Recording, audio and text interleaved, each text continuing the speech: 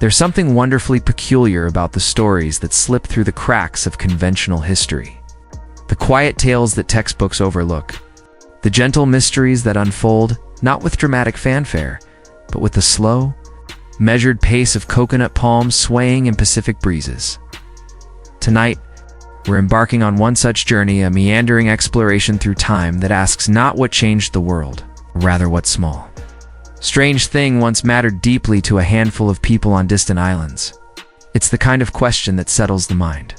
Like warm sand between your toes or the rhythmic lapping of waves against a coral shore, welcome to Boring History for Sleep, where the most fascinating discoveries emerge, not from battlefields or throne rooms, but from the everyday ingenuity of ordinary people who found extraordinary meaning in the most humble of objects. Here in this gentle space between wakefulness and dreams, we celebrate the forgotten, the overlooked, and the wonderfully mundane. Consider, if you will, the coconut shell. To most of us, it's refused the woody remnant of a tropical treat destined for the compost bin or perhaps a craft project. But in the scattered atolls and volcanic islands of Micronesia, these same shells once carried the weight of entire economies, the promises of marriages, and the delicate threads that bound communities together across vast expanses of Pacific blue. The story we're about to unfold isn't one of conquest or revolution. There are no dramatic turning points, no heroes ascending to glory, no empires crashing into dust. Instead, it's a tale that moves like the trade winds themselves, steady, persistent, and surprisingly powerful in its quiet influence. It's about how human beings, in their infinite creativity, can transform the most ordinary object into something precious, meaningful, and essential to daily life. This is precisely why coconut shell currency makes such perfect bedtime material. Its history doesn't demand your urgent attention or raise your pulse with excitement.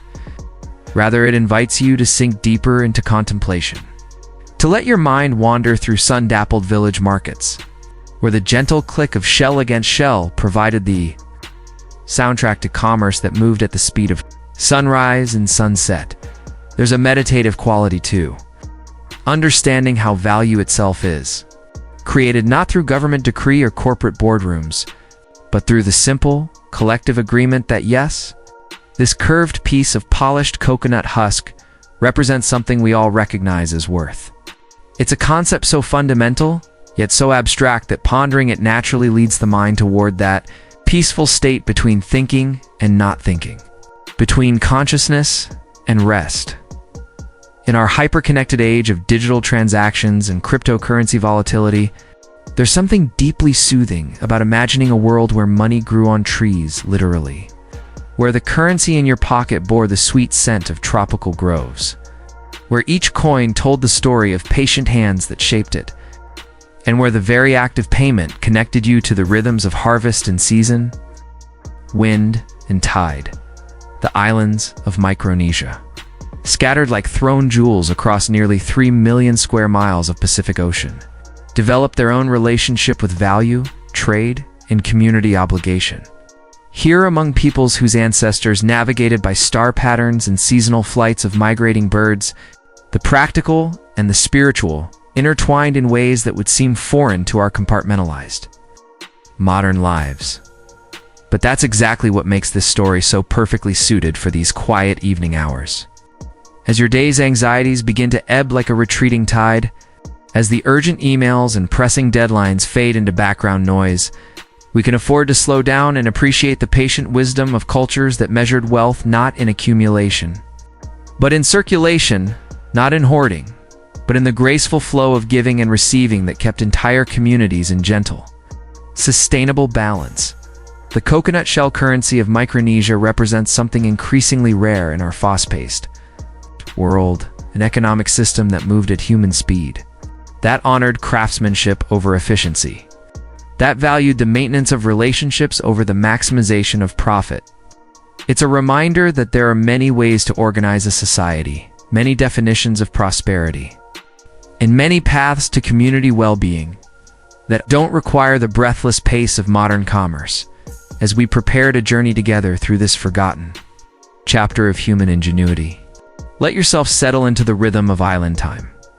Imagine the weight of a polished shell resting in your palm, smooth from countless transactions, warm from tropical sunshine. Feel your breathing slow to match the gentle pace of life in villages where the most important currency wasn't hurried through fiber optic cables, but passed hand to hand, person to person, carrying with it not just economic value, but stories, relationships, and the quiet dignity of craftsmanship. This is history told, not for the mind that seeks to conquer and categorize, but for the spirit that yearns to understand and connect. Here, in the soft space between curiosity and contentment, we'll discover that even the humblest coconut shell once held the power to bind communities together. Across the vast blue highways of the Pacific, picture, if you will, a world made almost entirely of water and sky, where land exists not as vast continental masses, but as whispered promises scattered across an ocean so immense it could swallow entire nations without notice. This is Micronesia, name that literally means small islands, though such modest. Terminology hardly captures the profound beauty of these Pacific jewels. Each one a masterpiece of coral and volcanic artistry painted against a canvas of endless blue. Here, roughly 2,000 miles southwest of Hawaii, nature has created something extraordinary. Hundreds of tiny islands and atolls sprinkled across nearly 3 million square miles of ocean. To put this in perspective, imagine an area larger than the entire continental United States, but where all the land combined would fit comfortably within the boundaries of Rhode Island. It's a geography that defies conventional understanding, where distance is measured not in miles of highway, but in days of sailing through waters so clear you can count the fish swimming 30 feet below your canoe. The very remoteness of these islands shaped everything about its cultures that flourished here. When your nearest neighbor might be a 3-day journey by outrigger canoe, when the horizon stretches unbroken in every direction, when storms can isolate your atoll for months at a time, you develop a different relationship with resources, with community.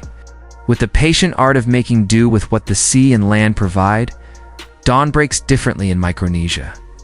There's no gradual lightening over distant mountains.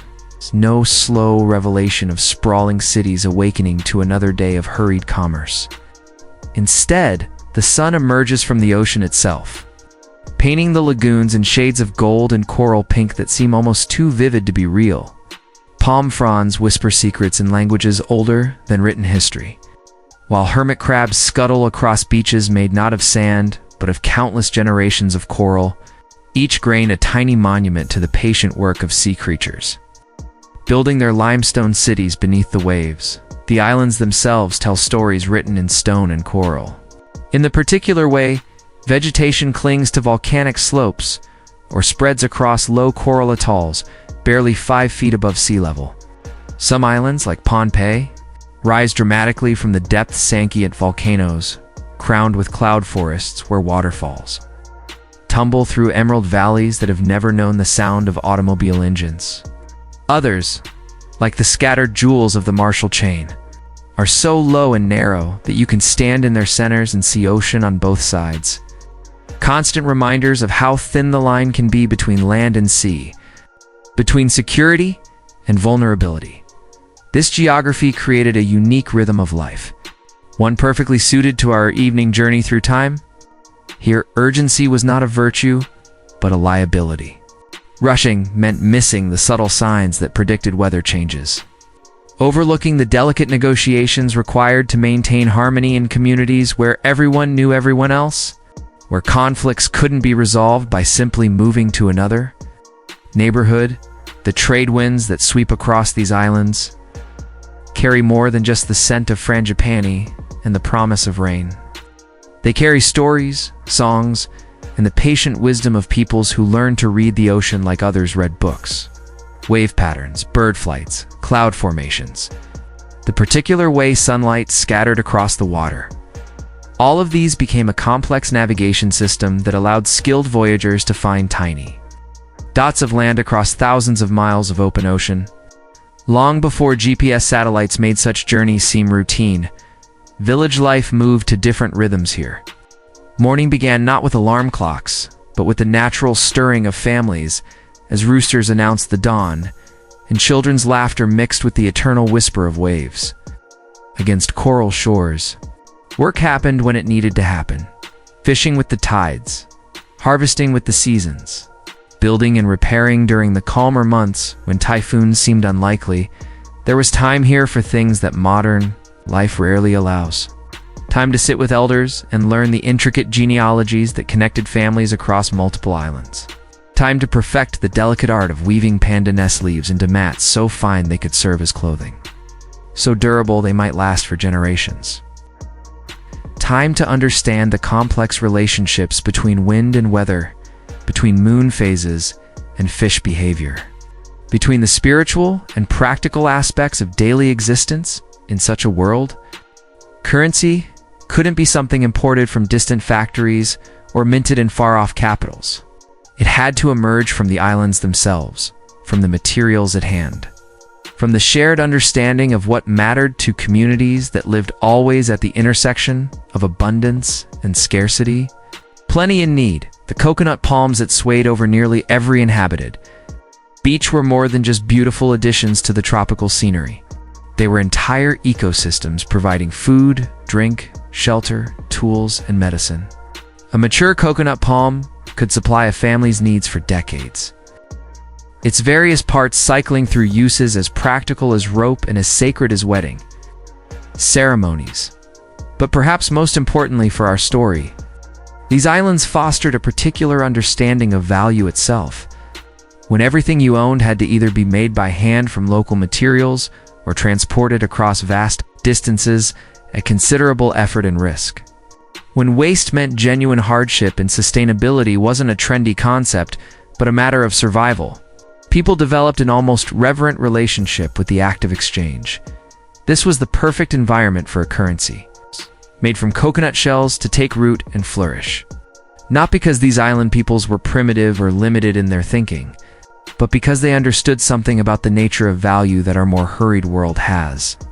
Largely forgotten that true wealth flows not from accumulation, but from circulation.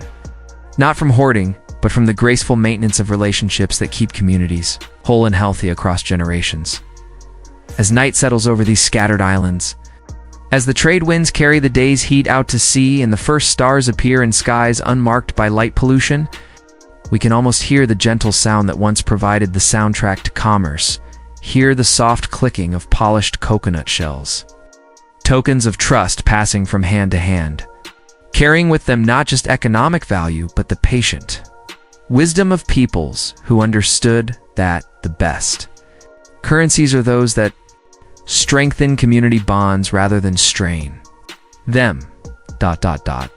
Long before coconut shells became the gentle currency that would define commerce across these scattered islands, the peoples of Micronesia had already developed intricate systems of exchange that reflected their deep understanding of community, reciprocity, and the delicate balance required to thrive in isolation. These early forms of trade moved like the tides themselves, sometimes flowing abundantly, sometimes receding, but always following patterns that ensured no community would face scarcity. Alone, imagine a world where your closest trading partner might be visible only as a thin line on the horizon during the clearest days, where a single storm could cut off all commerce for weeks, where the success or failure of your fishing expedition could mean the difference between prosperity and hunger for your entire village. In such an environment, trade couldn't be the aggressive, competitive enterprise we might recognize today. Instead, it became something closer to an art form, patient, respectful, deeply embedded in relationships that often spanned multiple generations. The foundation of this early economy rested on what might seem, to our modern sensibilities, like an impossibly complex system of mutual obligation and gift-giving. But spend enough time listening to the gentle rhythm of waves against coral shores, and you begin to understand the wisdom embedded in these ancient practices. When you can't simply drive to another market if one trader disappoints you, when your community's well-being depends on maintaining good relationships, with neighbors scattered across hundreds of miles of ocean, every exchange becomes an investment in long-term stability rather than short-term gain. Fish naturally form the backbone of interland commerce. But not just any fish, and certainly not in the simple, straightforward manner we might expect. the timing of fishing expeditions, the particular species caught. The methods used to preserve and transport the catch-all of these factors contributed to a complex calculation of value that took into account seasonal availability, local preferences, and the intricate social protocols that governed who could trade what with whom. The deep-sea fishermen who ventured beyond the reef's protective embrace in their sleek outrigger canoes brought back more than just tuna and mahi-mahi. They returned with stories of distant islands, news of weather patterns, and most importantly, the specialized knowledge that made such dangerous journeys possible. This expertise itself became a form of currency fishing secrets, navigation techniques, and weather reading skills that were traded as carefully as any physical commodity. Breadfruit, taro, and yam harvests created their own rhythms of exchange. Islands blessed with particularly fertile soil might find themselves hosting trading expeditions during harvest season. Their beaches lined with canoes from less fortunate atolls where coral sand supported only coconut palms and a few hardy vegetables. These seasonal gatherings weren't merely commercial transactions, but social events that reinforced the complex web of relationships. Binding the scattered communities together, the women of these islands developed their own trading networks, often more extensive and durable than those of the men. Pandanus mats woven with such skill that they could hold water. Carved wooden bowls polished to a mirror finish. Medicinal preparations known only to certain lineages. These items moved through channels of exchange that honored both the practical value of skilled craftsmanship and the spiritual importance of maintaining connections between communities. But perhaps most fascinating were the elaborate protocols surrounding the exchange of knowledge itself. Navigation techniques that could mean the difference between life and death on the open ocean weren't shared casually over evening meals. Instead, they became part of formal trading relationships that might take years to establish and generations to fully honor. A master navigator from one island might exchange crucial star path information for equally valuable fishing grounds, knowledge from another, creating bonds of mutual dependence that served as insurance policies against the isolation that always threatened small island communities. Shell ornaments and decorative items formed another crucial category of early trade goods. Long before coconut shells became standardized currency, various types of marine shells served as markers of status, spiritual significance, and artistic achievement. The particular shells found in one island's lagoon might be unknown in another's, creating natural trading opportunities that went beyond mere decoration to encompass complex meanings related to clan identity, spiritual protection, and social position. The most valuable trade goods, however, were often the most intangible. Songs that carried navigation instructions, stories that preserved historical knowledge, ceremonial procedures that maintained spiritual balance. All of these moved through trading networks alongside more conventional commodities. An island might trade a season's worth of preserved fish for a single song that told them how their ancestors first discovered their atoll, or for a ceremony that would ensure favorable weather during the next typhoon season. Tools and weapons occupied their own special category in this economy of relationships. The particular basalt needed for the sharpest adze blades might be found on only one or two islands, creating dependency relationships that required careful nurturing. A master canoe builder's specialized tools might be borrowed rather than purchased, creating ongoing obligations that strengthened intercommunity bonds while ensuring that crucial skills remained available to all who needed them. What emerges from this gentle exploration of early Micronesian trade is a picture of economic activity that was never separate from social, spiritual, and environmental considerations. Every exchange carried multiple meanings, every trading relationship involved multiple generations, and every transaction strengthened the networks of mutual support that allowed small communities to thrive in one of the world's most challenging environments. This was the fertile ground in which coconut shell currency would eventually take root, not as a replacement for these older systems of exchange, but as a natural evolution that made the complex calculations of reciprocity and obligation more manageable, while preserving the social bonds that kept island communities healthy and whole.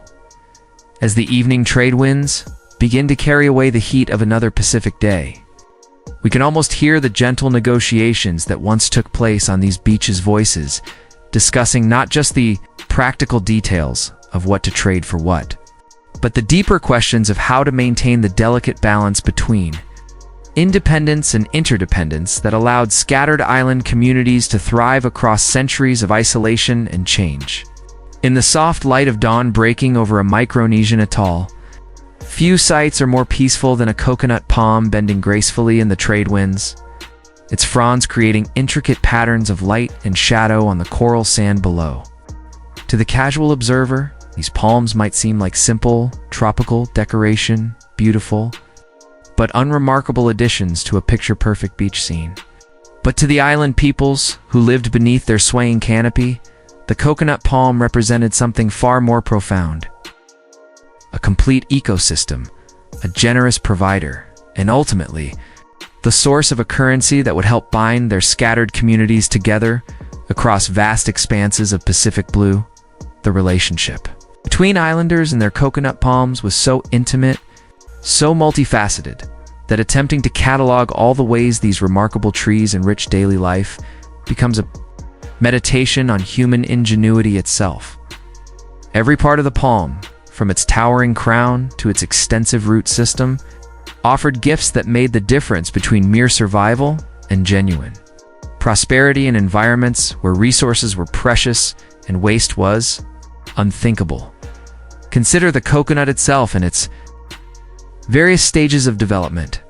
The young green coconuts provided the sweetest drinking, water naturally sterile, perfectly balanced in electrolytes, and available year-round from trees that seemed to sense exactly when their human neighbors needed refreshment most. As the coconuts matured, their translucent meat offered nutrition so complete that island peoples could sustain themselves for weeks on little else. During times of scarcity or long ocean voyages, but the mature coconuts, white meat was just the beginning of its usefulness. Grated and pressed, it yielded rich milk that formed the base for countless dishes, transforming simple fish and vegetables into feasts worthy of special occasions. The oil extracted from this meat burned cleanly in simple lamps, providing light for evening activities and creating the gentle glow that accompanied so many of the social gatherings where shells would eventually change hands as currency, the fibrous husks surrounding each coconut. What we casually discard today was perhaps even more valuable than the nut itself, soaked in seawater until its fibers separated, then carefully prepared through processes passed down through generations. This core became rope strong enough to lash together the largest canoes, flexible enough to weave into nets that could capture schools of fish, and durable enough to create cordage that might last for decades in the harsh marine environment. The coconut shell. Our story's eventual protagonists served countless purposes long before anyone thought to use it as money. Carved and polished, these shells became bowls so perfectly shaped they seemed designed by nature for human hands. Some held water with never a leak. Others were crafted into musical instruments whose gentle rhythms accompanied the evening stories that preserved each community's history and wisdom. The versatility of coconut shells and practical applications was truly remarkable. Large shells became storage containers for precious fresh water during long voyages. Smaller ones were fashioned into ladles, drinking cups, and serving dishes. The shells could be carved into intricate patterns that told stories, marked ownership, or simply celebrated the artistic impulse that seems to flourish wherever humans have time to contemplate beauty alongside utility. But the coconut palm's generosity extended far beyond its famous fruit. The growing tip of each tree, the heart of palm, provided a delicacy so prized that harvesting it was usually reserved for the most important ceremonial occasions. Since taking the heart meant sacrificing the entire tree, this dramatic trade-off between immediate pleasure and long-term sustainability became embedded in island cultures as a powerful metaphor for the kind of thinking required to thrive in environments where every resource decision had lasting consequences. The palm's sap, tapped carefully from the flower stalks, fermented naturally into a mildly alcoholic beverage that played important roles in social ceremonies and trade negotiations. Fresh sap could be boiled down into sugar, providing sweetness for special dishes and serving as a valuable trade commodity with islands where coconut palms were less abundant. Even the massive fronds that crowned each tree offered multiple gifts. Woven while still green and pliable, they became temporary shelters that could be assembled in hours and would provide reliable protection from sun and rain for months. Dried fronds created thatch so effective that homes roofed with coconut palm leaves stayed cool in the tropical heat and remained watertight. Through the heaviest monsoon rains, the midribs of these fronds, stripped of their leaflets, became building materials for house frames, fence posts, and the countless small tools that made daily life more comfortable. Split and woven, they formed baskets, fish traps, and decorative elements that added beauty to even the simplest homes. Perhaps most remarkably, the coconut palm was a medicine chest growing right outside every island home. Different preparations of coconut oil treated everything from minor cuts to serious infections. The shell charcoal served as a natural filter for questionable water and as a remedy for various digestive ailments. Even the root systems held medicinal properties, though harvesting these required the same careful consideration.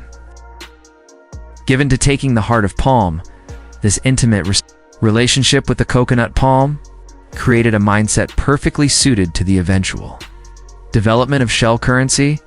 Island peoples who understood that every part of their most important tree held value, who would learn to see potential in what others might consider waste, who had developed the patience to transform raw materials into beautiful and useful objects through careful craftsmanship. These were people ready to recognize that even empty coconut shells could serve purposes as important as any other. Part of their generous provider, the spiritual dimensions of this relationship were equally profound. Coconut palms were often planted to mark important events, births, marriages, the founding of new settlements. Families developed deep emotional connections to particular trees, sometimes maintaining relationships across multiple generations. The slow, steady growth of these palms mirrored the patient accumulation of wisdom and prosperity that characterized successful island communities. This reverence for the coconut palm as a complete provider, combined with the practical understanding of how to transform every part of the tree into something useful, created the perfect cultural foundation for a currency based on coconut shells. When the time came to develop standardized tokens of exchange, it was only natural that island peoples would turn to these humble shells, already polished by use, already shaped by skilled hands, already embedded in the daily rhythms of life that made their communities whole. As evening settles over the scattered atolls and the coconut palms whisper their ancient songs in the trade winds, we can begin to understand how these remarkable trees set the stage for one of history's most unusual and sustainable currencies, shells that carried not just economic value, but the patient wisdom of peoples who understood that true wealth grows slowly from the ground up. Nurtured by generations of careful attention to the gifts that nature provides, there's something almost magical about the moment when an ordinary object transforms into currency, when a simple shell, worn smooth by countless hands and countless uses, suddenly becomes something more than the sum of its humble parts. This transformation doesn't happen overnight, like the dramatic decree of a king or the decision of a central bank. Instead, it emerges gradually, organically, like the slow accumulation of coral that eventually becomes an island itself. The birth of coconut shell currency in Micronesia represents one of those rare historical moments when we can almost glimpse the mysterious process by which human communities collectively agree that yes, this particular object will represent value, will carry trust, will become the medium through which we exchange not just goods and services, but the very bonds that hold our society together. The transformation likely began in the most natural way imaginable, through the simple recognition that some coconut shells were more beautiful, more perfectly shaped, more carefully crafted than others.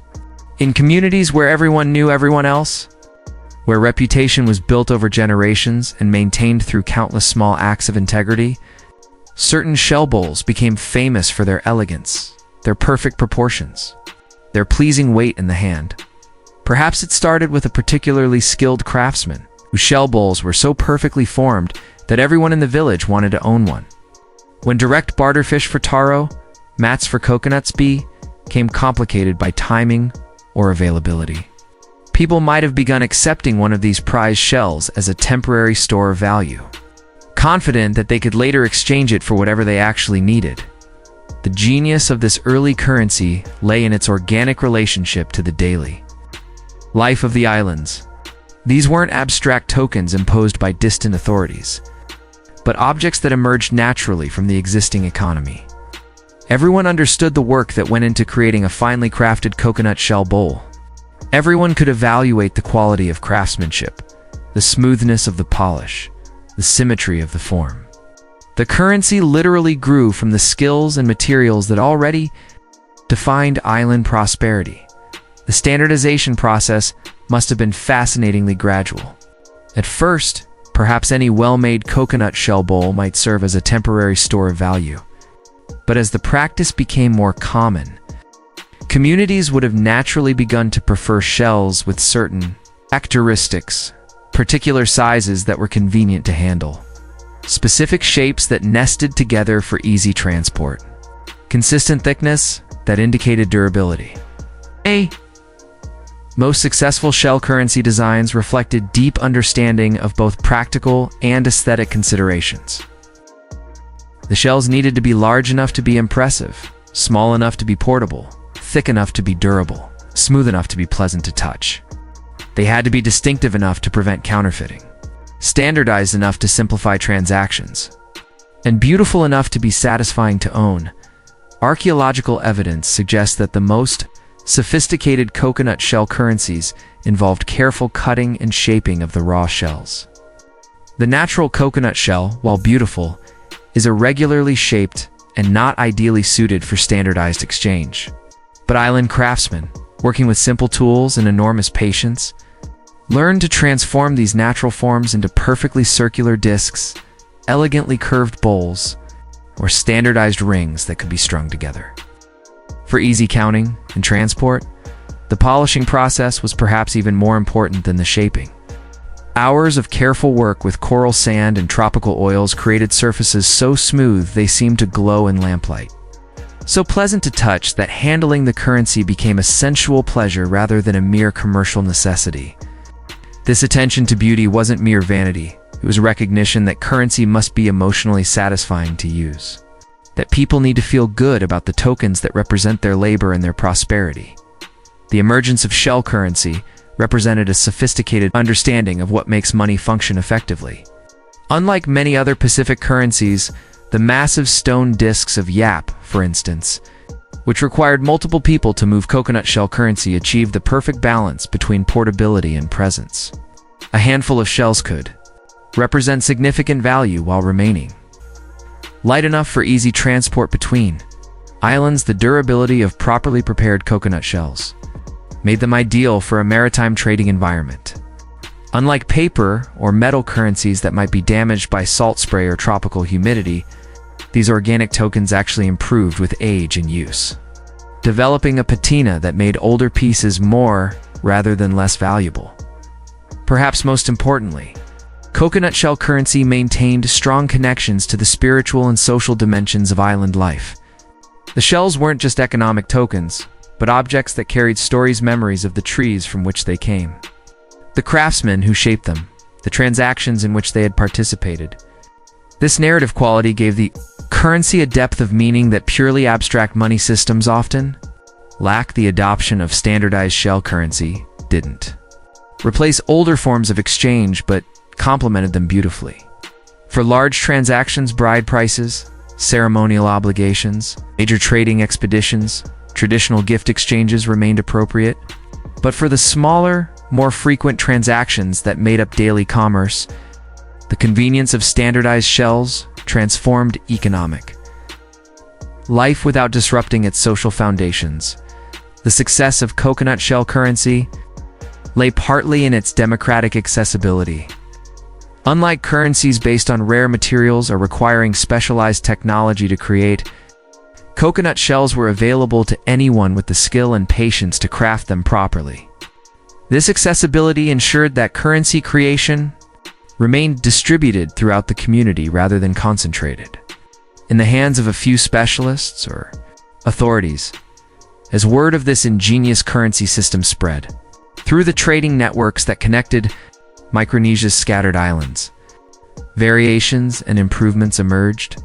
Some communities developed elaborate grading systems that recognized different qualities of shells for different types of transactions.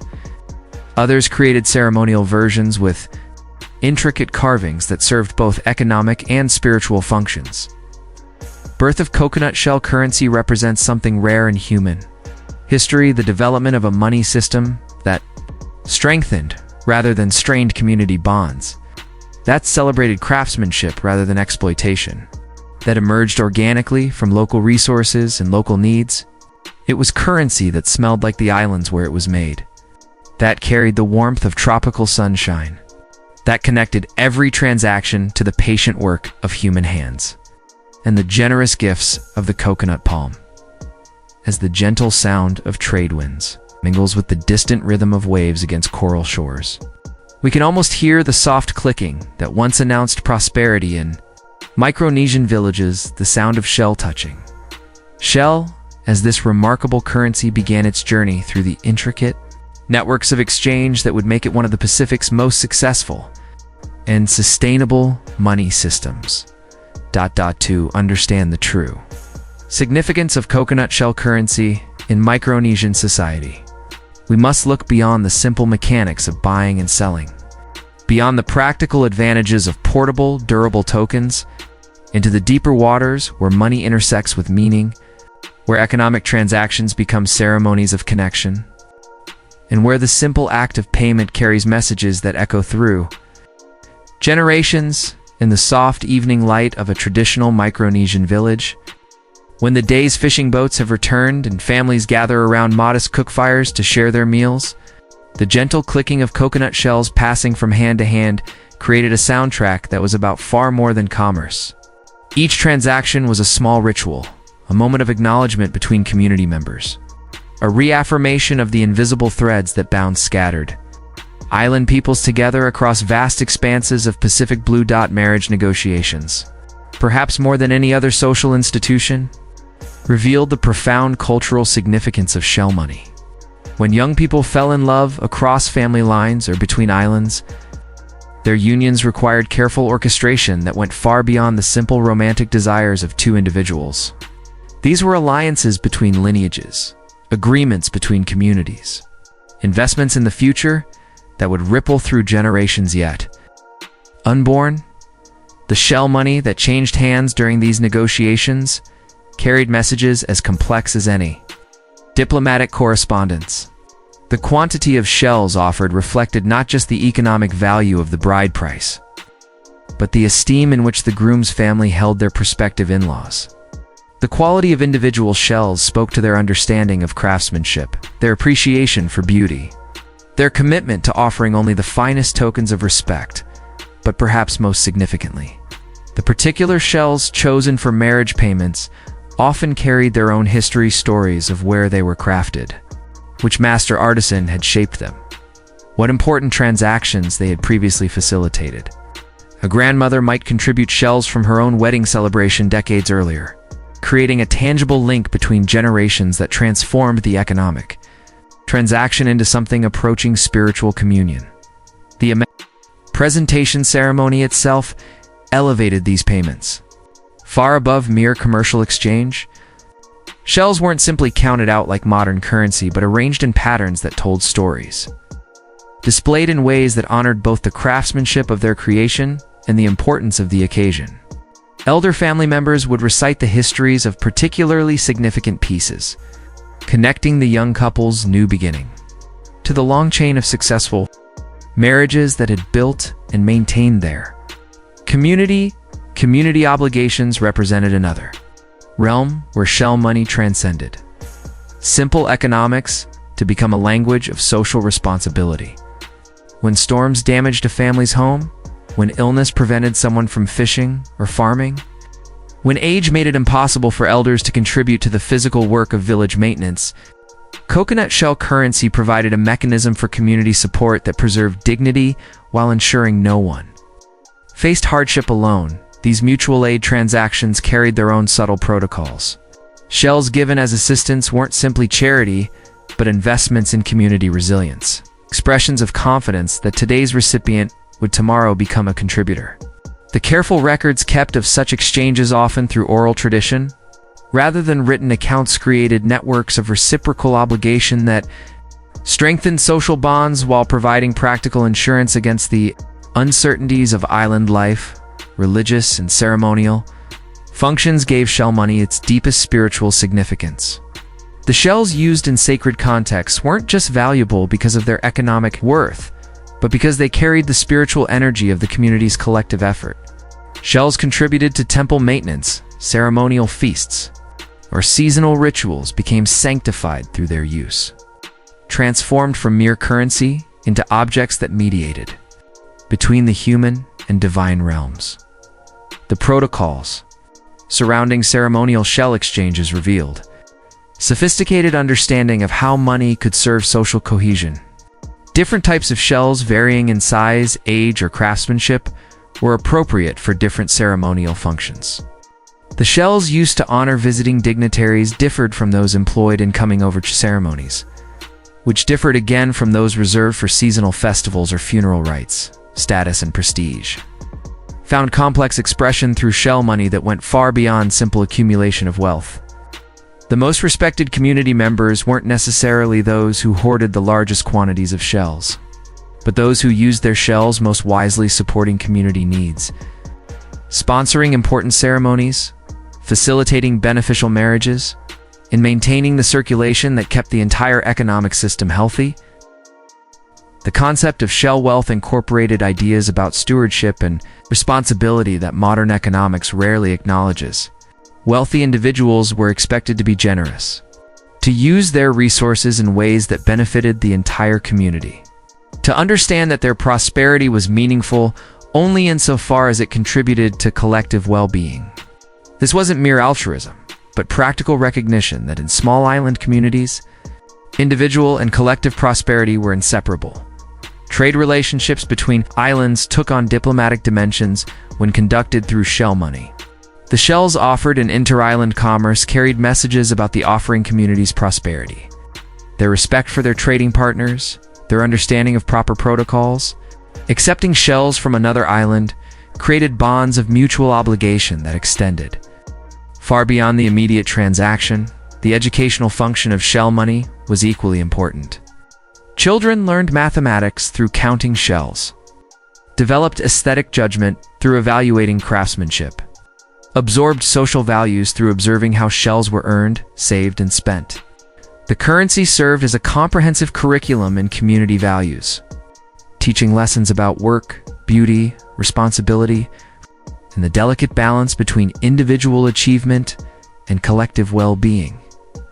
Perhaps most profoundly, coconut shell currency embodied a philosophy of wealth that emphasized circulation over accumulation, relationship over possession, beauty over mere utility. The shells weren't meant to be buried in treasure chests or locked away in vaults, but to flow through the community like the trade winds themselves, constantly moving, constantly connecting, constantly renewing the bonds that made isolated island communities more than the sum of their individual parts. As the evening stars begin to appear over Tulsa's scattered atolls, and the last shell transactions of the day are completed, with the gentle formality that marked all important social interactions, we can sense something profound about money's deepest purposes, not just to facilitate exchange, but to create and maintain the invisible networks of trust, obligation, and mutual respect that allow human communities to flourish, even in the most challenging environments. In the quiet hours before dawn, when the trade winds carry only the whisper of palm fronds and the distant murmur of waves against coral shores, the most patient artisans of Micronesia would begin their sacred work.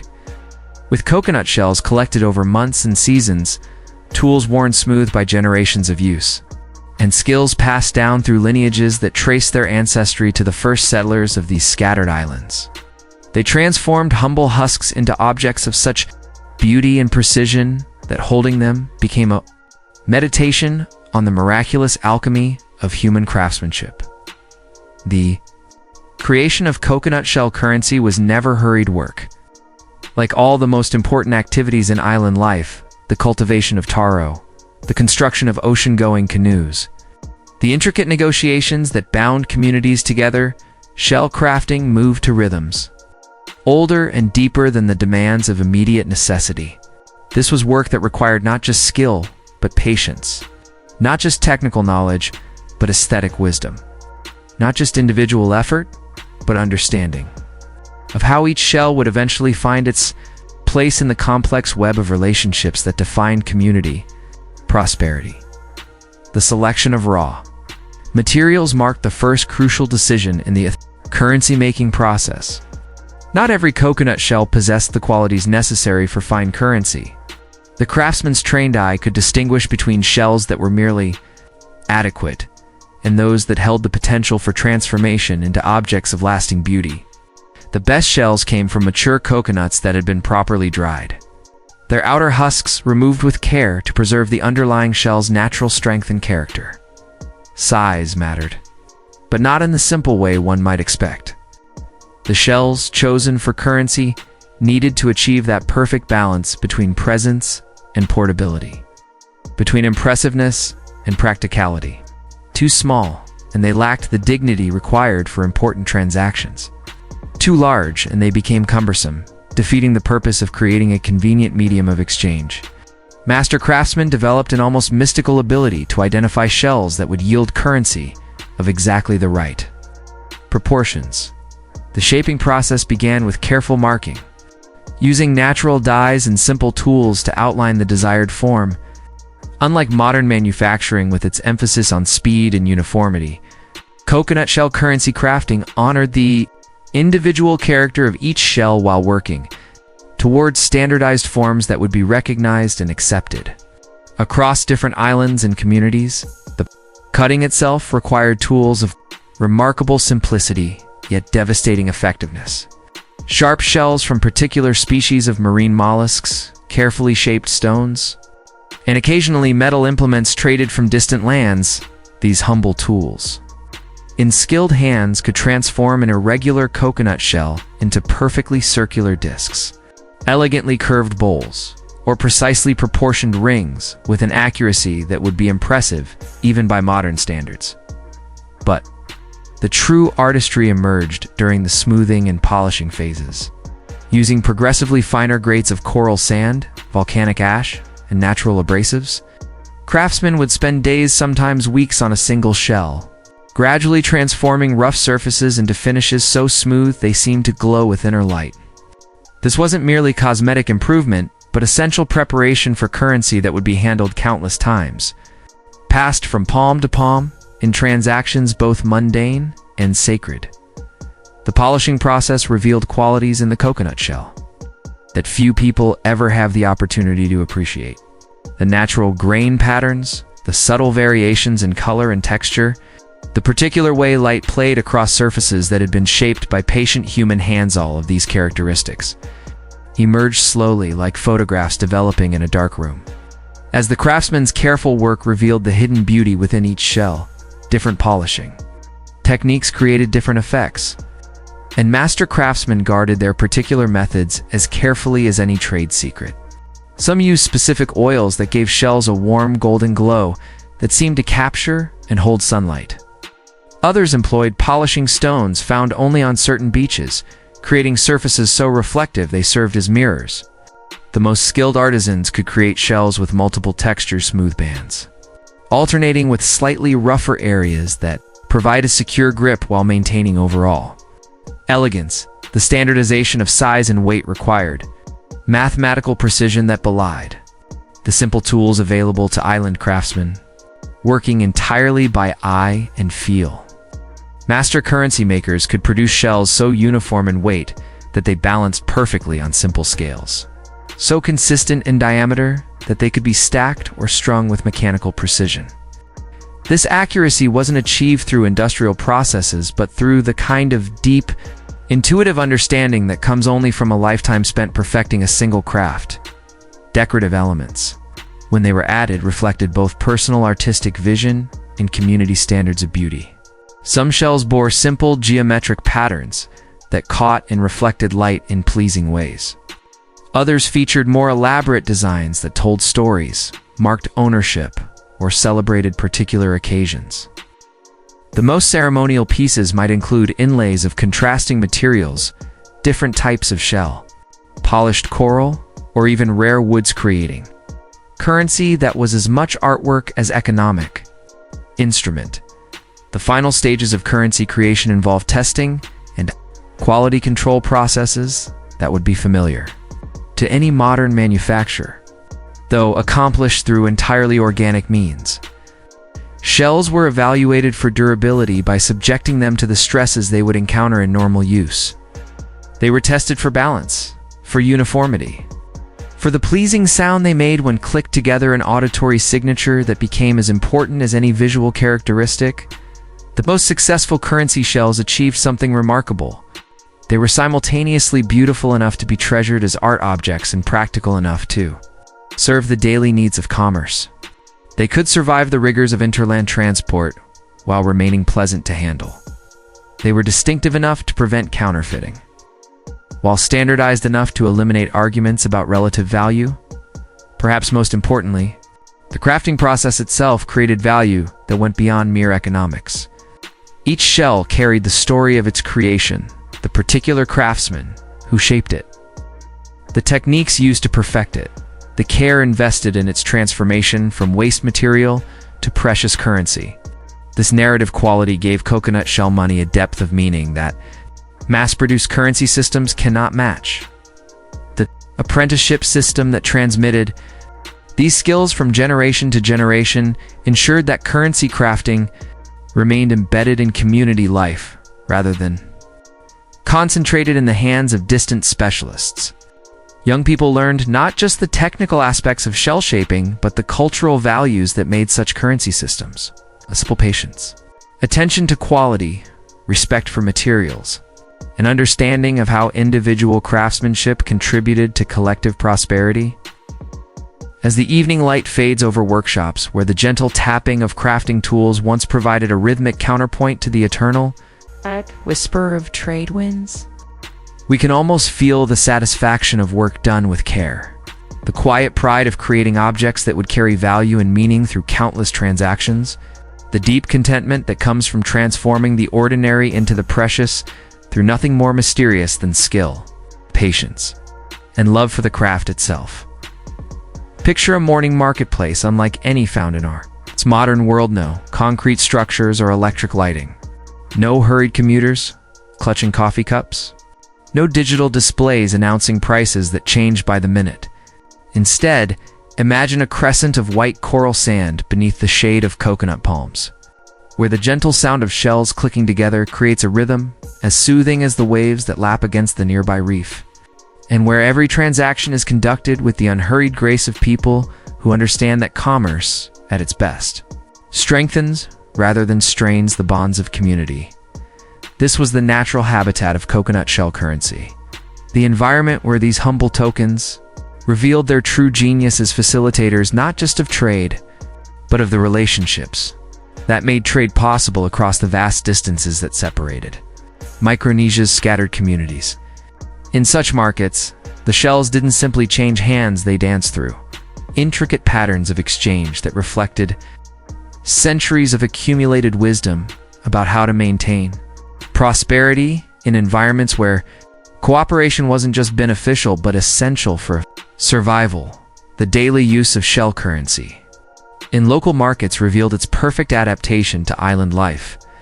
Unlike systems that required complex calculations or reference to distant standards, coconut shell money was immediately comprehensible to anyone who had grown up in these communities.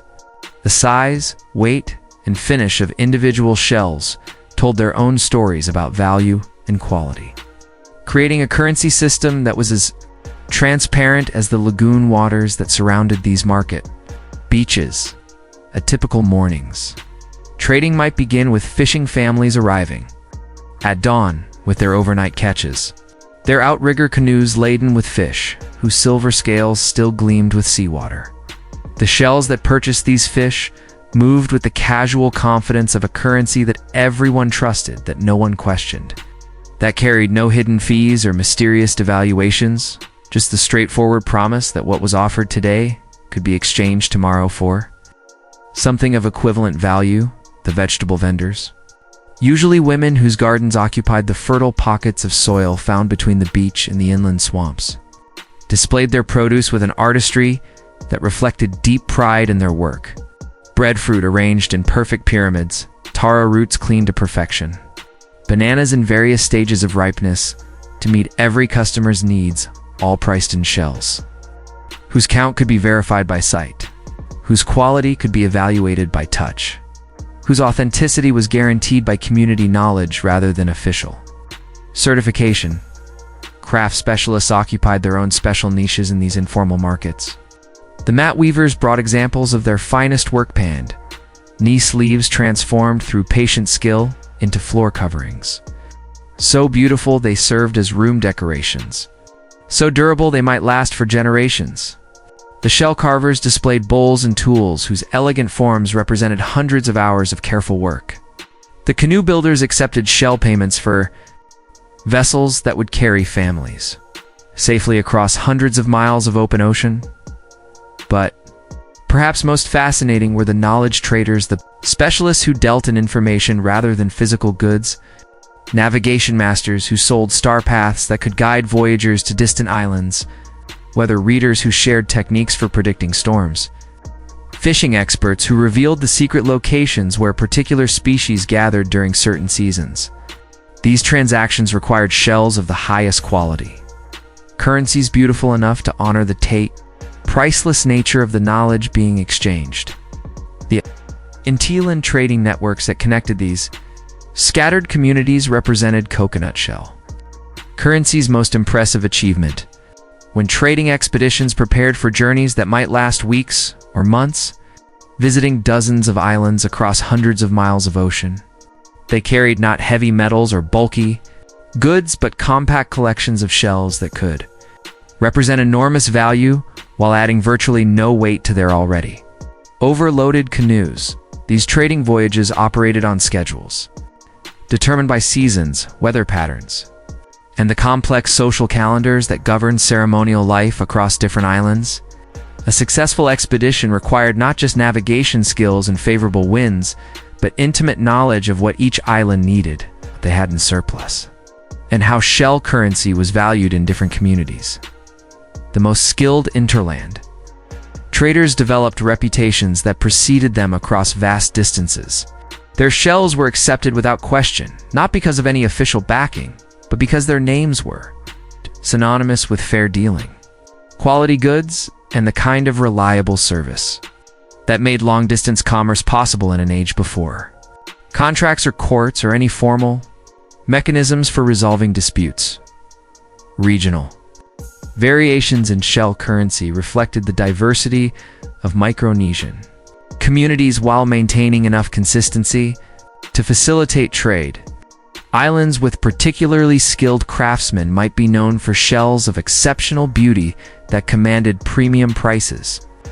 Communities with access to special polishing materials could create currency with distinctive finishes that became their trademark. These variations didn't complicate trade but enriched it, giving each community its own specialty while maintaining the basic standards that made shells universally acceptable. The seasonal rhythms of shell currency reflected the natural cycles that governed island life. During harvest seasons, shells flowed toward agricultural communities as traders arrived to purchase surplus crops.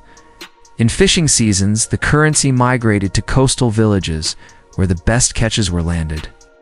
Festival seasons saw shells concentrating around religious and cultural centers where ceremonial obligations required special expenditures.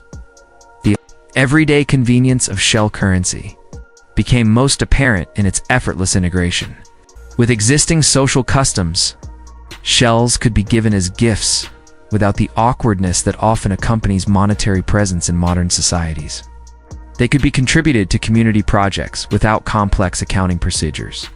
They could be saved for special occasions, without worrying about inflation or devaluation, undermining their future value. Children learned commerce through shell currency in ways that taught not just arithmetic, but social values. Counting shells developed mathematical skills, while handling beautiful objects cultivated aesthetic appreciation. Observing how shells were earned, saved, and spent provided comprehensive education and community economics that went far beyond simple profit and loss calculations.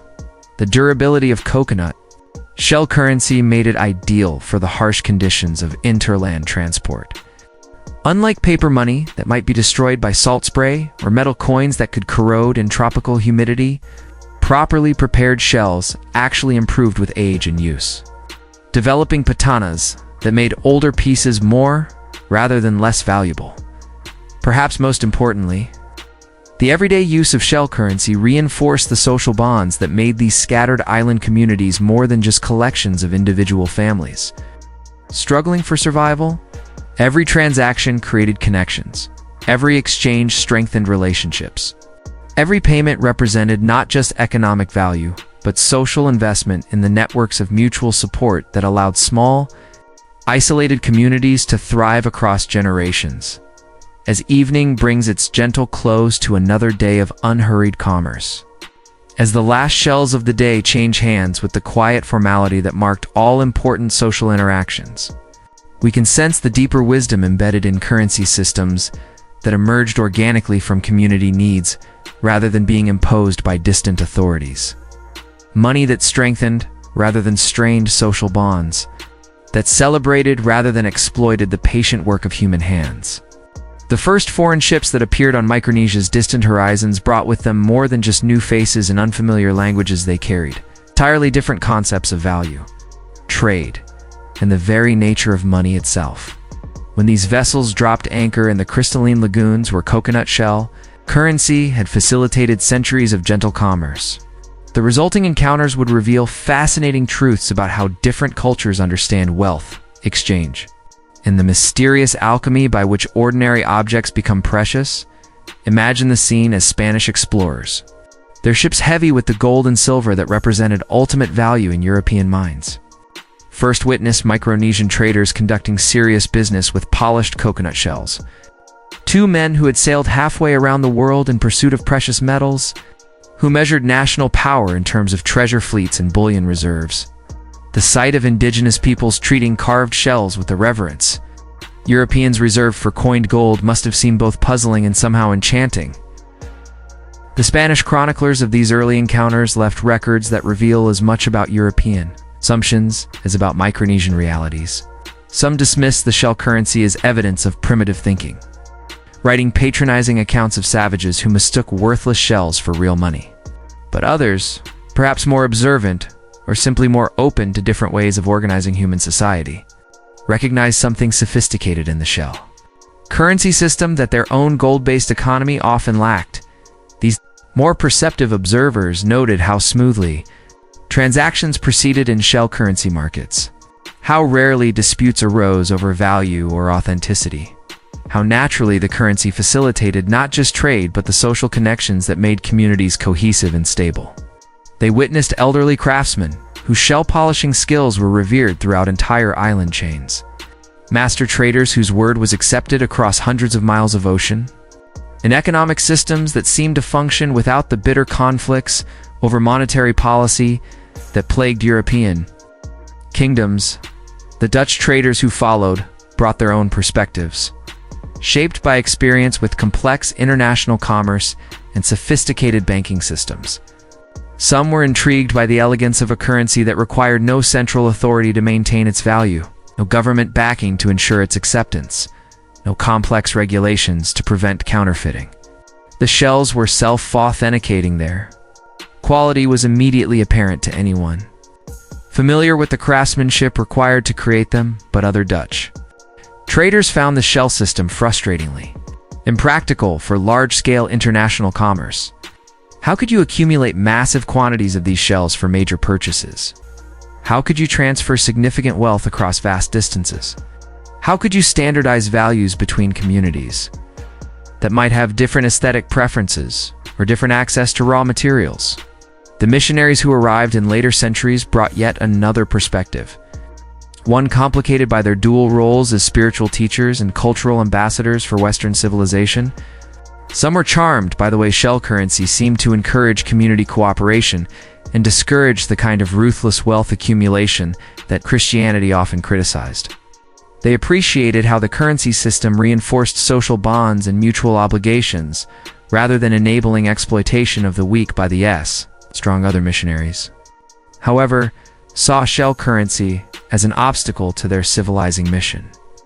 How could they teach European concepts of individual achievement and material progress to peoples whose currency system emphasized circulation over accumulation, community welfare over personal profit? Some actively discouraged the use of shell money, arguing that adoption of proper currency was essential for spiritual and social development. The whalers and trading captains, who made Micronesia a regular stop in their Pacific voyages, developed perhaps the most practical relationships with shell currency. Unlike explorers seeking glory or missionaries pursuing souls, these men needed to obtain supplies, make repairs, and maintain good relationships with local communities upon whom their success, and sometimes their survival depended. Many learned to appreciate the convenience of shell currency for local transactions. The shells were immediately available, required no complex exchange calculations, were readily accepted throughout the region. Some captains even began carrying supplies of high-quality shells, recognizing that these would be more useful than European coins for most of their Pacific trading needs. The scientific expeditions of the 18th and 19th centuries brought yet another perspective, one focused on understanding rather than exploiting or converting. These observers, trained in the new disciplines of anthropology and ethnography, recognized coconut shell currency as a sophisticated solution to the practical problems of organizing exchange in scattered island communities. Their detailed accounts described the craftsmanship that went into creating the shells, the complex social protocols that governed their use, and the elegant way the currency system balanced individual needs with community welfare. These scientific observers were often the first to recognize that shell currency wasn't a primitive precursor to real money, but a mature, fully developed monetary system, perfectly adapted to its environment and social context. Perhaps most telling were the reactions of common sailors, traders, and beachcombers who lived for extended periods in Micronesian communities. Many of these men, after experiencing the gentler pace and cooperative spirit of shell currency societies, became reluctant to return to the harsher competitive environments of Western commercial centers. Their letters and memoirs describe the peace of mind that came from living in communities where currency strengthened rather than strained social relationships, where economic success was measured not by individual accumulation, but by contribution to collective welfare, where the very act of payment carried overtones of respect and mutual acknowledgement.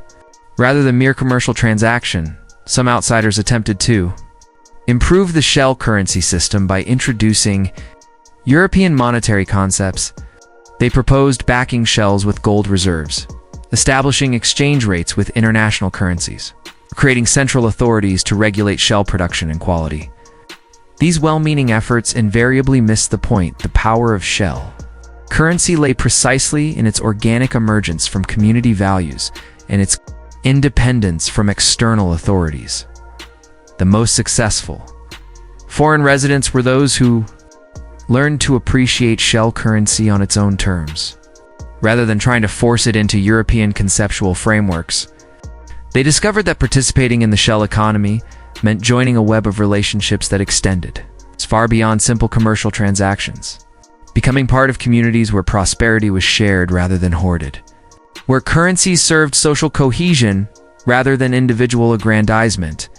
As evening settles over lagoons where the gentle clicking of shells once mingled with the unfamiliar sounds of foreign languages, we can sense the profound moment when different understandings of value and community encountered each other, across the vast expanse of the Pacific meetings that would ultimately transform both worlds, though perhaps not always in the ways that either side expected or intended. The arrival of colonial administrators brought changes to Micronesia that would prove more profound and lasting than all the earlier encounters with explorers, traders, and missionaries combined. Unlike the temporary visitors who had observed shell currency with curiosity, amusement, or scientific interest, colonial governments came with the authority and intention to transform entire societies according to distant blueprints of progress and civilization. The Spanish colonial period, beginning in earnest during the late 19th century, introduced the first systematic attempts to replace shell currency with European monetary systems. Spanish administrators, trained in colonies where silver reals and gold escudos represented the standard of civilized commerce, viewed coconut shell money as an impediment to proper economic development and efficient taxes collection. Yet the Spanish quickly discovered that simply declaring European coins to be legal tender didn't magically transform centuries-old economic systems. In the remote atolls where Spanish authority was more theoretical than practical, shell currency continued to facilitate the daily transactions that kept communities functioning. Spanish coins, when they appeared at all, were often treated as curiosities, interesting foreign objects that lacked the cultural resonance and practical convenience of familiar shells.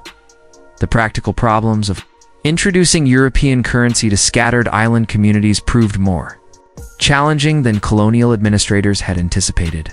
Spanish silver, designed for the commercial centers of a continental empire, was far too valuable for the small-scale transactions that dominated Micronesian economic life. A single silver real represented more purchasing power than most islanders needed for their typical market exchanges. Moreover, the irregular supply of European coins created constant complications. Ships carrying currency might be delayed for months by storms or diverted to other colonial priorities. When coins were scarce, communities naturally reverted to shell currency, creating a dual monetary system that reflected the practical realities of island life rather than the theoretical preferences of colonial planners.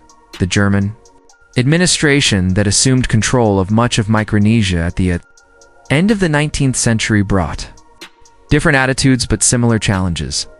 German colonial theory emphasized economic efficiency and systematic development, goals that seemed incompatible with currency systems based on local craftsmanship and community consensus rather than central authority and standardized production. German administrators attempted to introduce their own colonial currency coins and paper money designed specifically for Pacific territories.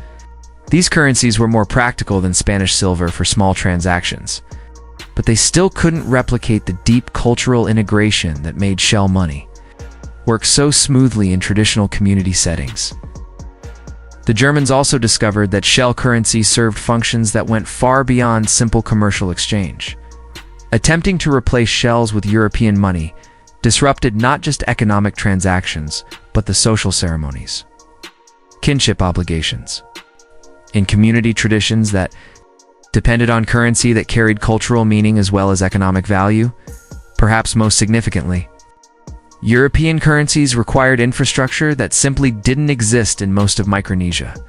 Banks, government offices, law enforcement agencies capable of preventing counterfeiting, communication systems that could coordinate monetary policy across vast distances. All of these institutional foundations that supported European money were absent in communities that had developed their own perfectly functional currency systems. The Japanese administration that assumed control after World War I brought yet another approach to the currency question. Japanese colonial policy emphasized assimilation and modernization, viewing traditional systems like shell currency as obstacles to transforming commusion communities into productive components of the Japanese empire. Japanese currency, backed by the growing power of an industrializing nation, gradually gained acceptance for transactions involving the colonial government and international commerce. Japanese yen became necessary for paying taxes, purchasing imported goods, and participating in the wage labor economy that Japanese development projects introduced to the islands. But even under Japanese administration, shell currency persisted in contexts where it remained more practical and culturally appropriate than foreign money. Village markets, traditional ceremonies, and community obligations continued to operate partly through shell exchanges, creating parallel monetary systems that reflected the complexity of societies adapting to colonial rule while maintaining their own cultural identities. The Pacific War and subsequent American administration brought the most dramatic monetary transformations. American military authorities, focused on strategic rather than economic considerations, initially showed little interest in local currency systems. Military scrip and American dollars flowed through the islands. As bases were constructed and defense installations established, the post-war American Trust Territory Administration faced the challenge of establishing stable currency systems in communities whose traditional economies had been disrupted by years of warfare and military occupation. American dollars became the official currency, backed by the world's most powerful economy and integrated into international monetary systems that promised access to global markets and modern consumer goods. Yet, the transition from shell to dollar currency involved losses that economic statistics could never adequately measure. The dollars that replaced shells were more convenient for international commerce, but less effective at maintaining the social bonds that had traditionally been reinforced through every economic transaction. The craft skills that had produced shell currency gradually disappeared as mass-produced coins and paper money eliminated the need for local currency production. The aesthetic values that had made shell transactions small celebrations of community craftsmanship gave way to purely utilitarian exchanges, focused on efficiency rather than beauty. Perhaps most profoundly, the shift from shell to modern currency altered fundamental relationships between individuals and their communities. Shell currency had emphasized circulation, sharing, and mutual obligation. Modern currency systems encouraged accumulation, individual achievement, and economic independence values that sometimes conflicted with traditional island concepts of community welfare and collective prosperity. The most successful colonial administrations learned to work with rather than against traditional currency systems during transitional periods. They recognized that shell currency served important social functions that couldn't simply be transferred to foreign money, and they allowed dual systems to operate while communities gradually adapted to new economic realities. Some communities developed creative solutions that preserved elements of shell currency while adapting to colonial requirements. Shells might be used for traditional ceremonies and community obligations, while colonial currencies handled taxes and international trade. This flexibility allowed important cultural practices to survive while still meeting colonial expectations for modernization and development. The last natural economies of Micronesia gradually gave way to cash-based systems integrated into global markets. The gentle clicking of shell currency faded from village soundscapes that had known these rhythms for centuries. Yet the memory of how different money could be more beautiful, more social, more connected to the communities that used it remained embedded in cultural traditions that would outlast any particular colonial administration. There comes a moment in the life of every traditional practice when its practical purpose begins to fade, yet its deeper meaning grows even more precious, like the last light of sunset that seems most beautiful, precisely because we know darkness is approaching. For coconut shell currency in Micronesia, this transformation from daily necessity to cherished memory unfolded slowly across generations, creating a poignant chapter in the long story of how communities preserve their essential character even as the world around them changes beyond recognition. The decline of shell currency wasn't sudden or dramatic, like the collapse of a stock market or the decree of a revolutionary government. Instead, it resembled the gradual retreat of high tides so gentle and natural that you might not notice it happening, until you realize that shores once covered by active commerce were now exposed to entirely different currents of economic activity. World War II marked a crucial turning point. Though its effects weren't immediately apparent to communities more concerned with survival than monetary theory, the massive military operations that transformed Micronesia into a strategic battleground brought unprecedented quantities of American dollars and military scrip into circulation, currencies backed by industrial might that made shell money seem suddenly quaint and impractical. Young Micronesians who served with American forces or worked on military bases returned to their communities with new perspectives on money and economic opportunity. They had seen how dollars could purchase manufactured goods that represented possibilities beyond anything available through traditional shell exchanges. Radios that brought voices from distant continents, machinery that could transform heavy labor into effortless efficiency, medicines that could cure ailments that had traditionally required resignation to fate. Yet even as practical considerations pushed communities toward modern currency systems, shell money began acquiring new forms of significance that would prove more durable than its original economic functions. Elderly craftsmen who had spent their lives perfecting the art of shell preparation found themselves transformed from currency producers into cultural historians, keepers of knowledge that younger generations suddenly recognized as irreplaceable heritage. The shells themselves began changing in meaning and function. Pieces that had once circulated freely through community commerce were increasingly set aside for special occasions, weddings that honored traditional customs, alongside modern legal requirements. Coming Yovage ceremonies that connected young people to ancestral practices. Seasonal festivals that celebrated continuity. In times of rapid change, these ceremonial uses of shell currency revealed something profound about how communities adapt to historical transformation while preserving their essential identity. The shells weren't museum pieces gathering dust on forgotten shelves, but living symbols that continued to carry meaning even as their practical functions evolved. A grandmother's wedding shells became family heirlooms that told stories across generations. A master craftsman's finest work became community treasures that represented collective achievement and artistic heritage. The tourist industry that began developing in the post-war decades created unexpected new markets for traditional shell currency. Visitors from distant countries, perhaps responding to some deep human hunger for authentic beauty in an increasingly artificial world, were drawn to the elegant simplicity of these handcrafted tokens that carried stories of gentler approaches to economic life. This tourist interest proved to be a double-edged gift. On one hand, it provided economic incentives for communities to maintain traditional craft skills that might otherwise have been forgotten.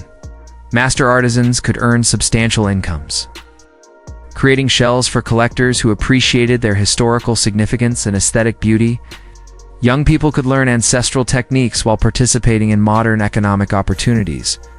On the other hand, production for tourist markets sometimes compromised the integrity that had made traditional shell currency meaningful. Shells mass-produced for souvenir shops lacked the careful craftsmanship and cultural context that had given authentic currency its power and beauty. The difference between tourist shells and traditional currency became a lesson in how mechanically reproducing the forms of cultural practices doesn't necessarily preserve their essential spirit. Educational initiatives aimed at preserving Micronesian heritage began documenting the techniques and traditions associated with shell currency before they could be lost entirely.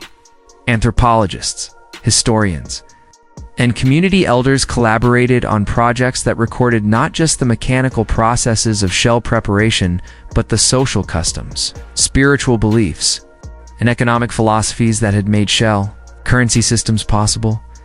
These documentation efforts revealed the remarkable sophistication of traditional Micronesian monetary theory. Communities had developed concepts about inflation, quality control, social distribution of wealth, and the relationship between currency and community welfare that paralleled insights from modern economic research while maintaining distinctly local character rooted in island values, and maritime environments. Perhaps most poignantly, the decline of shell currency coincided with broader transformations that altered the very nature of community life in Micronesia. Young people increasingly left their home islands for education and employment. Opportunities in regional centers or distant countries, extended families that had maintained close ties across multiple islands found themselves scattered. Across global diasporas connected more by international telecommunications than by traditional voyaging routes, the social networks that had supported shell currency systems, intimate knowledge of individual craftsmen's skills, long-term relationships that guaranteed the trustworthiness of trading partners, community consensuses about value and quality became increasingly difficult to maintain as populations became more mobile in communities, more connected to global rather than regional systems of exchange. Yet, shell currency's symbolic power seemed to increase in inverse proportion to its practical necessity. Modern Micronesians, particularly those living in urban environments far from their ancestral islands, found in shell currency a tangible connection to cultural roots that might otherwise exist only in memory and story. Wedding ceremonies in Honolulu or Los Angeles might include shell exchanges that honored ancestral traditions while adapting to contemporary circumstances. Cultural festivals and heritage celebrations gave shell currency new context for survival and renewal. Communities that might use dollars for all their daily transactions would bring out ancestral shells for special events that celebrated continuity, identity, and the patient wisdom of previous generations who had developed such elegant solutions to the fundamental challenges of human cooperation and exchange. The shells themselves, those that survived the transitions and transformations of colonial periods and modernization, became repositories of memory that carried forward something essential about Micronesian approaches to community, beauty, and sustainable prosperity. Each polished surface held reflections of hands that had shaped it, transactions that had given it meaning, ceremonies that had made it sacred. As evening settles over communities where the gentle clicking of shell currency has given way to the electronic beeping of modern cash registers, we can still sense the enduring wisdom embedded in these simple tokens, reminders that money, at its best, serves not just individual convenience, but community cohesion. Not just economic efficiency, but cultural continuity. Not just material transactions, but the preservation and transmission of values that make human societies more than mere collections of competing individuals.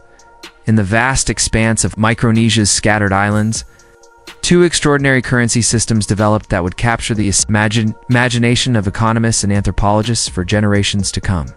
While coconut shell currency danced lightly through daily transactions with the grace of trade winds, the massive stone discs of yap commanded attention with the imposing presence of ancient monuments. Together, these two monetary systems offer a fascinating study in how human communities can solve similar problems. Through dramatically different approaches, each perfectly adapted to its particular environment and cultural context. The stone money of yap, called rai by the islanders, represents perhaps the most unusual currency system ever, devised by human ingenuity. These enormous limestone discs, some weighing several tons and measuring up to 12 feet in diameter, were quarried on distant islands and transported across hundreds of miles of open ocean in voyages that required courage, skill, and community cooperation on an almost unimaginable scale. The contrast with coconut shell currency could hardly be more dramatic. Where shells embodied portability and convenience, stone discs celebrated permanence and monumentality. Where shell currency facilitated quick, frequent transactions, stone money was reserved for the most important exchanges, land transfers, major ceremonial obligations, peace treaties between communities. The two systems complemented each other beautifully, like bass and treble notes in a complex musical composition that captured the full range of human economic needs. The creation stories of these two currencies reveal fascinating insights into how Environment shapes economic innovation. Coconut shells emerged naturally from the daily life of tropical islands, where coconut palms provided countless necessities, and their discarded husks begged for creative reuse. Stone money, by contrast, required deliberate expeditions to limestone quarries on Palau. Journeys so dangerous and expensive that each successful mission became legendary in community memory. This difference in origin created different relationships between currency and community values. Shell currency celebrated the patient craftsmanship that could transform waste into beauty. The democratic accessibility of materials available to anyone with skill and dedication. Stone money honored the collective courage required for dangerous voyages, the community cooperation necessary to organize major expeditions, the wisdom of elders who planned projects that might take years to complete. The physical characteristics of these currencies reflected their different roles in island society. Coconut shells, with their pleasing size and weight, invited handling and examination. People enjoyed touching them, counting them, displaying them in ways that made every transaction a small aesthetic experience. Stone discs, too large and heavy for easy movement, remained in fixed locations where their presence served as permanent reminders of important transactions and community commitments. Yet, both currencies shared crucial characteristics that distinguished them from modern monetary systems. Neither required central authorities to guarantee their value. Neither depended on government backing or legal tender laws. And neither could be counterfeited by anyone lacking the specific skills and knowledge required for their creation. Their authenticity was immediately apparent to community members who understood the craftsmanship and cultural contexts that gave them meaning. The social functions of these currencies revealed different approaches to managing wealth and status within small island communities. Shell currency, with its emphasis on circulation and frequent exchange, encouraged the kind of economic activity that kept goods and services flowing smoothly through village life. Stone money, with its permanent visibility and association with major transactions, created lasting monuments to important community decisions and family achievements. Interestingly, both currency systems developed sophisticated methods for handling questions of value and exchange that challenged simple assumptions about primitive island economics. Shell currency communities created elaborate grading systems that recognized different qualities of craftsmanship, different sizes for different types of transactions, different aesthetic achievements that commanded varying levels of respect and acceptance. Stone money communities developed even more complex concepts about ownership and transfer that fascinated early Western observers. Large stones might change ownership without ever being physically moved.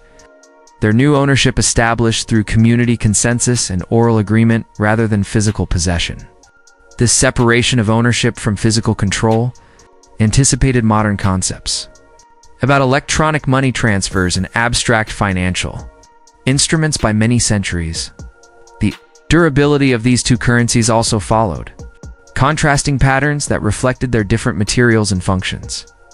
Coconut shells, though remarkably long-lasting when properly prepared, eventually wore out through use and required replacement, creating ongoing demand for craft skills and maintaining active connections between currency production and daily economic life. Stone discs, virtually indestructible under normal conditions, could serve communities for generations or even centuries, becoming permanent features of the social landscape. Both systems faced similar challenges when colonial administrations introduced European currencies backed by distant governments and global economic systems. The responses of shell and stone currency communities to these challenges revealed different strategies for preserving cultural identity while adapting to changing circumstances. Shell currency communities often developed dual monetary systems that used traditional shells for ceremonial and social functions while adopting modern money for official transactions and international commerce. This flexibility allowed important cultural practices to survive while meeting colonial expectations for economic modernization. Stone money communities faced with currencies that couldn't easily replicate the social and ceremonial functions of their massive discs.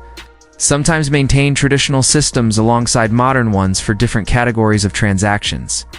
Land transfers and major ceremonial obligations might still require stone money even when daily. Commerce had shifted to foreign currencies. The tourist industry that developed in both regions created interesting new chapters in the stories of these traditional currencies. Coconut shell currency, with its portability and aesthetic appeal, found ready markets among visitors who appreciated both its beauty and its historical significance. Stone money, too large and expensive to collect casually, became a major tourist attraction that brought visitors specifically to experience one of the world's most unusual monetary systems, perhaps most significantly. Both currency systems offer profound lessons about the relationship between money and community values that remain relevant. In our age of digital transactions and global financial markets, shell currency demonstrated how money could enhance rather than strain social relationships, how economic transactions could celebrate craftsmanship and beauty, how currency systems could emerge organically from community needs and local resources. Stone money showed how monetary systems could embody collective values rather than individual accumulation, how currency could serve as permanent record of community decisions and achievements, how economic systems could function effectively without central authorities or government backing. As evening settles over the scattered islands where these two remarkable currencies once facilitated the complex exchanges that kept communities prosperous and stable, we can appreciate how different approaches to similar challenges can reveal the extraordinary creativity and wisdom that human communities bring to the fundamental questions of cooperation, value, and exchange. In our hurried age of digital transactions and global financial markets, where fortunes can be made or lost in microseconds in currency, values fluctuate with the rhythm of computer algorithms rather than human needs. There's something profoundly soothing about contemplating an economic system that moved at the pace of sunrise and sunset, that measured wealth in terms of community well-being rather than individual accumulation, that found beauty and meaning in the simplest acts of exchange. Coconut shell currency, in its gentle journey through the scattered islands of Micronesia, offers us more than just a quaint historical curiosity or an anthropological footnote about primitive monetary systems. Instead, it provides a window into possibilities we've largely forgotten, ways of organizing economic life that honor the patient, rhythms of natural systems that celebrate the skilled work of human hands, that recognize prosperity as something that flows through communities rather than accumulating in isolated pools of individual wealth. The deeper we explore this forgotten currency system, the more clearly we can see its profound wisdom about the true nature of value itself. In a world where most money exists as abstract numbers in computer databases, where the connection between currency and any underlying reality grows increasingly tenuous, the coconut shells of Micronesia remind us that money, at its best, represents something real and meaningful, the embodiment of human skill, community cooperation, and the generous gifts that nature provides to those who approach her with respect and understanding. Consider the elegance of a currency that grew on trees, that smelled like the islands where it was created, that improved with age and use rather than deteriorating, that could never lose its value through the machinations of distant financiers or the collapse of far-off governments. Each shell carried its own authentication in the smoothness of its polish, the symmetry of its form, the particular character that marked it as the work of known craftsmen whose reputations guaranteed its quality and acceptability.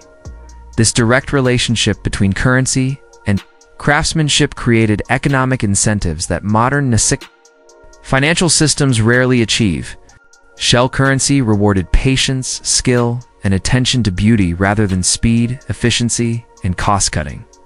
It encouraged the development of artistic abilities alongside commercial acumen, creating communities where economic success and cultural achievement were intimately connected rather than existing in separate, often conflicting spheres.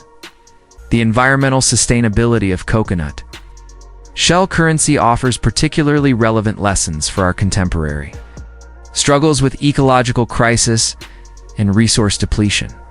Here was a monetary system that created no waste, that turned discarded husks into precious tokens, that operated entirely within natural cycles, without depleting any resources or generating any pollution.